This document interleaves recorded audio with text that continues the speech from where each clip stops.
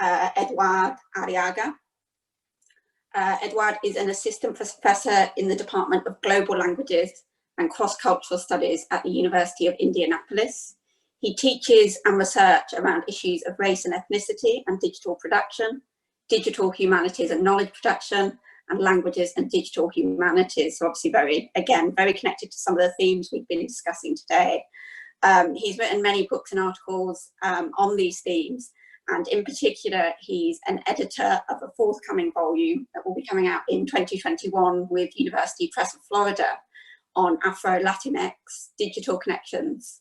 And so I'll hand over to Eduard, who's going to be talking to us today about language and technology decolonization as a disruption to digital monolingualism. Thanks. Okay, good morning. How are you guys doing? Thank you for having me here. Thank you, Paul, for the invitation, and Naomi as well. And I'm glad I'm part of this panel because many of the topics the other presenters, Anasuya and Kalika, have been talking about, I'm gonna be touching upon a little bit as well. So I'm gonna share my screen first, and we're good to go.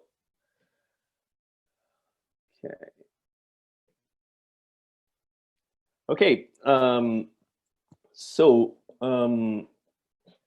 I'd like to start talking about language and technology decolonization as a disruption to digital monolingualism, going over some points of departure. The first one being that digital technology has never been global, and that's one of the points I would like to make clear as point of departure for this talk. We usually are convinced or imagine that the technology and digital technology are globally disseminated, but of course, as many of my fellow panelists have shown, these technologies have been developed from and by centers related to imperial and colonial traditions, disseminated by algorithmic practices that shrink the world, overlooking differences, and presented as free, open, and disembodied. So anyone, any culture, any language, any human being can use them. But the price you have to pay to use them is lose your body, lose your true self. The second point of departure is technology doesn't operate outside of our human bodies. We tend to forget and misunderstand that technology and its effects when we pretend they operate outside of human bodies and human relations. On the contrary, these technologies are well embedded in our human lives, and bodies being important parts of those human lives. We need to understand that these very networks and technologies we see as mere tools to achieve ends are actually connected to epistemologies, to values in which technological innovations are built and disseminated around the world. It is in that sense that I would like to talk about three different elements as proposed by the event organizers. The first one, challenges, second one, suggestions, and the third one, who should be involved in these activities going forward. In terms of challenges, the first one I see is an epistemological challenge. This has to do with the conception of language and the digital from utilitarian perspectives. Institutions, students, and the society at large, at least here in North America, in the States, see languages, particularly foreign languages, and digital technologies, from platforms to extract, analyze data, to social network apps, so on and so forth, as mere tools that people need to master to either go on and extend their transactions to other latitudes, or being able to extract meaning from large data sets of information. Seen from this utilitarian perspective, some languages are more useful than others because they have more speakers, better status, more cultural and literary productions. Their associated cultures are therefore widely disseminated. The idea of landing jobs because of linguistic credentials become the thriving force in learning other languages, although not necessarily immersing or understanding the cultures where the language are spoken. The second challenge connected to the first one is a representational challenge, meaning that these languages that are seen minority languages or low resourced, as Kalika just put it, are basically less useful, and therefore they have not such status as those useful languages. Such marginality is at the same time coupled with the idea that these types of languages are spoken in marginal spaces where there is neither production of knowledge nor production of technology. This is directly connected to the conception of the digital and our imagination as to where the technology is produced. In our present case, technology, and particularly digital technology, is thought as being developed in locations such as the United States, UK, or Japan, where English is the primary language, or some Asian languages as well, as in China. But the imagination is not so off. The reality is that technology is developed in diverse locations around the world. Unfortunately, these locations are the result of a globalized culture that has Silicon Valley as its model.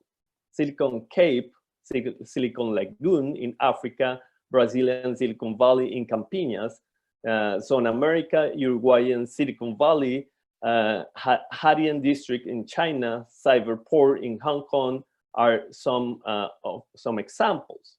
The replication of the model entails a replication of values, languages, and uses of technology that creates a funnel cultural effect in which diverse languages become subsumed to English or any other major language as the basic language to develop programming codes. These challenges translate to language teaching and research in the digital age. I use my research as a case in point. My research revolves around Afrolatinx and Afro-Latin American cultures and their cultural production. In investigating the way these cultures are represented in contemporary 20th and 21st centuries Hispanic world, I start to analyze literary pieces as fundamental type of data that would allow me to trace ontologies, question traditions, and understand the state of things at cultural, political, and social levels. However, soon after I start with this research agenda, I realized several things. First, there were few contemporary literary texts when looking at literature as the main data source created by or about Afro-descendant people in the Americas, particularly in the Hispanic world, that were digitized and ready to be analyzed through computational methods.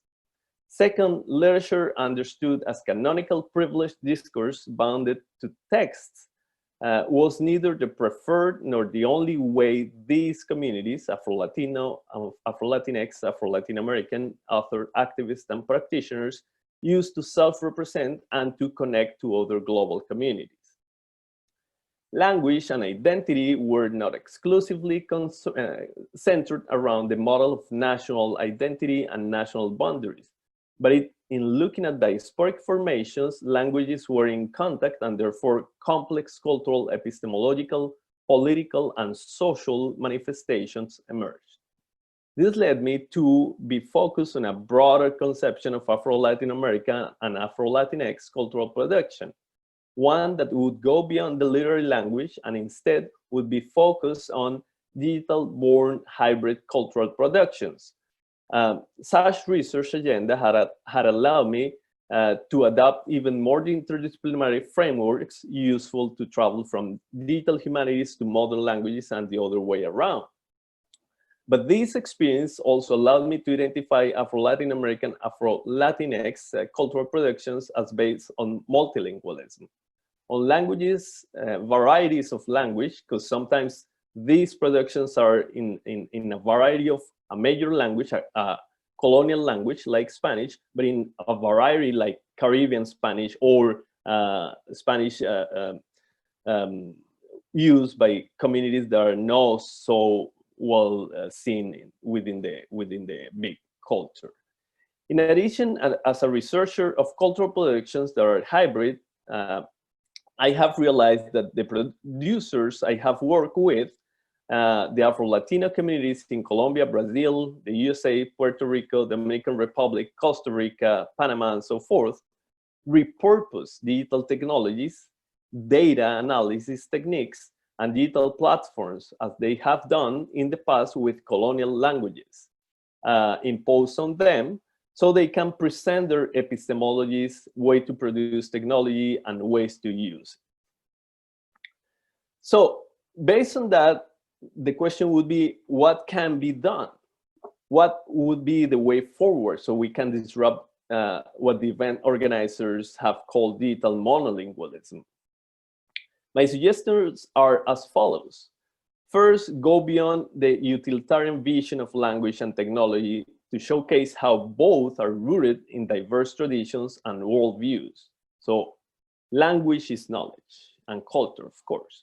Both languages and technology emerge from complex connections between our embodied experiences and our histories. Second, foster a decolonization of the digital translate as readaptation of given technologies by communities whose languages, linguistic varieties, and epistemic actions can redesign the way those technologies are used. And by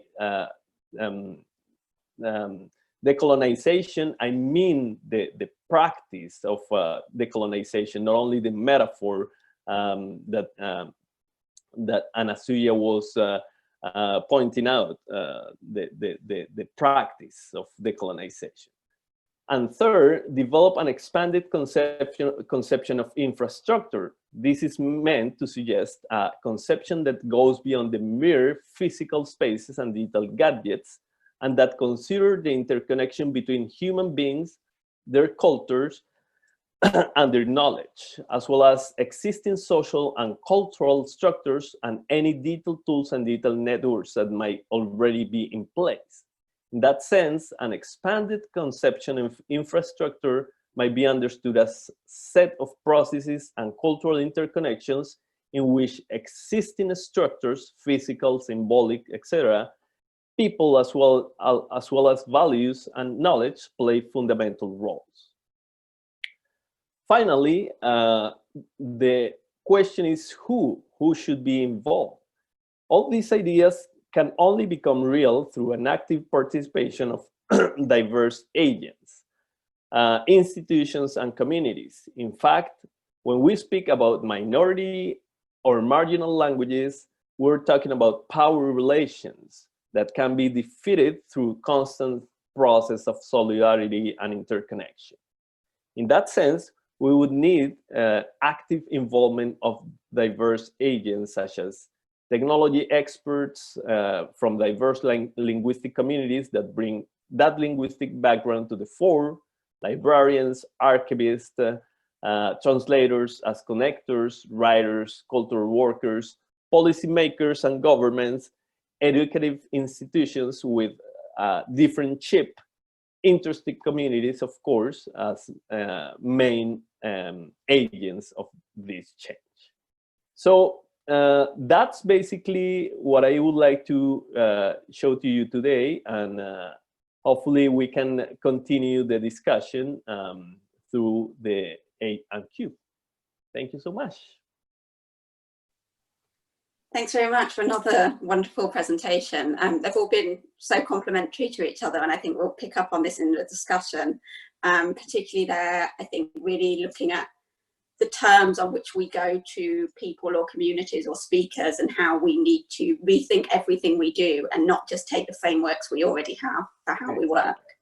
And I'm sure these will be things we'll pick up on in the discussion. So thanks very much. I will move to our final panel speaker, who is